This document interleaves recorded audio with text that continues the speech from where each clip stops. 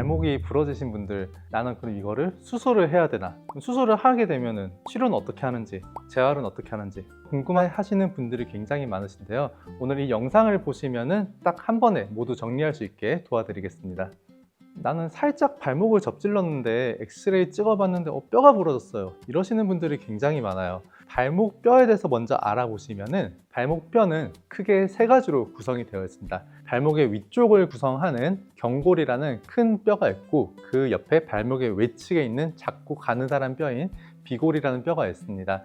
그 밑에 발목의 밑을 잡아주고 있는 거골이라는 뼈, 총 세 가지의 뼈로 구성이 되어 있고, 보통은 발목을 접지르는 기전상으로는 이 거골보다는 위쪽에 있는 경골과 비골이 골절이 되는 경우가 많습니다. 이것을 통틀어서 저희는 발목 골절이라고 얘기를 하고 있고요. 발목 골절은 어떻게 내가 접지르느냐에 따라서 다양한 유형의 골절 타입이 있습니다. 사실 이 타입 같은 경우는 굉장히 많고요. 살짝 접질러서 살짝 금방 가는 경우도 있지만, 심하게 접지르는 경우에는 양쪽이 다 부러진다, 뒤쪽이 다 부러진다, 이런 얘기를 많이 들어보셨을 거예요. 보통 크게 발목 골절은 양과골절이라고 해서 내측, 내과골절, 외측, 외과골절, 그리고 그 뒤쪽에도 이제 복사뼈라고 얘기를 하는데 후과골절이라고 총 세 군데가 이제 부러지게 됩니다. 그래서 한 군데가 부러진다, 두 군데가 부러진다, 세 군데 다 부러진다, 이런 개념으로 정리를 해볼 수가 있고요. 흔히 질문하시는 것들 중에 발목 골절 꼭 수술해야 돼요? 이렇게 물어보시는 분들이 많은데, 이 발목은 우리 몸의 체중을 지탱하는 굉장히 중요한 구조물입니다. 특히 발목 골절 같은 경우에는 이 연골이 다 깨지고 발목의 구조 자체가 변형이 되기 때문에 조금만 어긋나더라도 나중에 변형이 굉장히 심하게 오고 관절염으로 진행하게 됩니다. 발목 골절의 가장 무서운 게 바로 외상후 관절염이라는 병인데요. 처음에는 다들 대수롭지 않게 관절염 얘기를 하도 많이 들으니까 관절염 그냥 살면 되지 않나 생각을 하시지만, 실제로 발목에 관절염이 생기면은 내가 한 발 한 발 디딜 때마다 너무 충격이 심해서 약을 먹지 않고서는 견디기가 힘들게 됩니다. 그래서 발목 골절 있으신 분들, 이걸 절대로 간과하시면 안 됩니다. 반드시 제대로 된 진단을 받으시고 확실히 치료를 받으셔서 관절염이 오지 않도록 예방하시는 것이 가장 중요합니다. 그럼 발목 골절은 언제 수술을 해야 되나요? 발목 골절 같은 경우에는 보통은 엑스레이나 CT상에서 2mm 이상의 전이가 있으면 그때 수술을 하라고 교과서적으로는 이제 정의가 되어 있지만, 최근 들어서는 약간의 전이만 있으면 다 이제 수술을 하게 됩니다. 조금의 전이가 있더라도 나중에는 외상후 관절염이 오는 경우가 많기 때문에 발목 골절은 관절면을 정확히 맞춰주는 것이 가장 중요합니다. 그래서 간단하게 정리를 하면은 발목 골절은 뼈가 어긋나면 수술을 한다 라고 생각을 하시면 좋을 것 같습니다.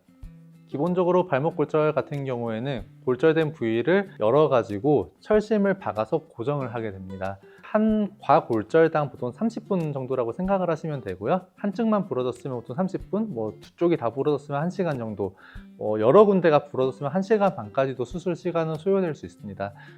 수술 후 관리에 대해서 먼저 말씀을 드리면은, 수술 후에 가장 중요한 것은 첫 번째는 붓기를 빼는 거예요.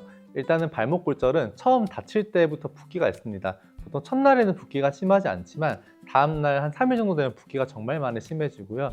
붓기가 심하면 이제 부어 있으니까 그쪽으로 혈류가 가지 않고 피가 안 가면 영양소 공급도 안 되고 회복이 굉장히 더뎌지게 되고 감염에도 취약하게 됩니다. 따라서 수술 전부터 붓기를 빼는 것이 정말 중요한데요. 붓기를 빼는 방법은 크게 두 가지예요.